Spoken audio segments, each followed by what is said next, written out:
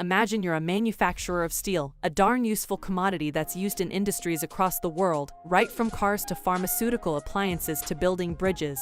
But steel manufacturing is an energy-intensive process. It emits a lot of carbon dioxide and is responsible for 8% of global greenhouse gas emissions. It's not a good thing for the environment, and countries are aware of this, so they might decide to impose a special tax on everyone who manufactures this dirty steel. It's called the carbon tax, and the goal is simple. If you penalize dirty production practices, manufacturers will innovate and find greener ways to produce steel. This in turn should reduce emissions. It's all part of the quest to limit the rising global temperature. But not all countries in the world are on the same page. According to the World Bank, there are 47 national jurisdictions that have imposed some form of carbon pricing. The others are still sitting on the fence. Now, this creates a dilemma. It could result in something called carbon leakage. You see, when a country imposes a carbon tax on domestic industries such as steel, it stunts its own industrial growth. Simply because the steel manufacturer's costs rise while the margins take a turn for the worse. It can't pass on the costs to its customer, say a car maker, simply because the car maker isn't actively trying to source green steel. They're trying to survive in a very competitive environment, and they know that customers won't shell out more for a car made of green steel. So, the car maker simply sources cheaper steel from a country where there's no additional cost. The steel manufacturer loses its competitive edge. It's outpriced by its peers in the global market, and before you know it, it might even have to wind up operations. And that's not good for the country, especially since it's happened in the noble pursuit of combating climate change. Or there's another more extreme version of this. Let's imagine you are a steel manufacturer once again. If you believe that the carbon tax could hurt you, you might think that you're better off setting up a steel manufacturing unit in another country, one that doesn't impose such taxes, and then you can export the goods back to your home base. It's a simple workaround, but it could save your business. On the other hand, it doesn't really reduce carbon emissions in any way. It's merely transferred to a different location. Not only has the country lost its steel manufacturer, but it hasn't helped climate change in any way too. It's pretty disappointing. Anyway, with that long introduction about carbon tax and leakage out of the way, let's turn to what's happening in the European Union.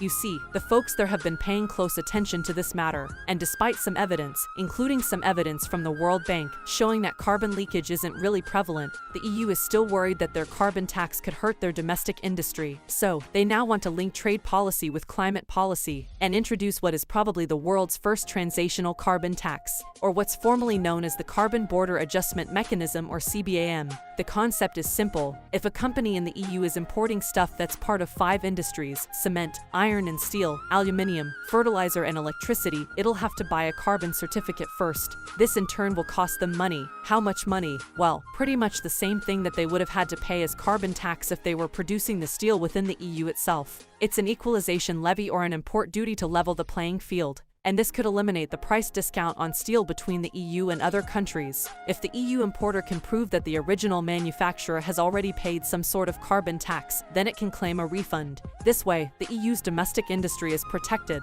and EU companies won't even think about setting up manufacturing units outside the country just to save on carbon taxes. Anyway, all this is still in its early stages. They're planning a test run from 2023 to 2025, and they'll capture all the carbon-related data during this period. Once the calendar turns to 2026, the real tax will kick in. But India is quite unhappy with this carbon tax matter. In fact, we even raised it at the recently concluded On Climate Change Conference, or 27 Colombian pesos. India exports over 5 billion euros worth of CBAM-related products to the EU. If EU importers have to pay taxes on these products now, it makes Indian goods more expensive, and they may choose not to deal with India anymore. Naturally, that would hurt India's exports. The question India has is, all these years, developed countries have not taken enough responsibility for their role in climate change. They've not contributed enough to climate change funds to help vulnerable countries. Now, a carbon border tax is simply a protectionist move, saving one's domestic industry by hurting developing economies even more. Anyway, there are still a lot of discussions pending on how best to implement this idea, so it isn't happening overnight. But nonetheless, we would do well to protect the country against this exigency. After all, even the UK and the US are mulling over the idea, and these are big trading partners. So yeah, hopefully, we figure out something quite soon.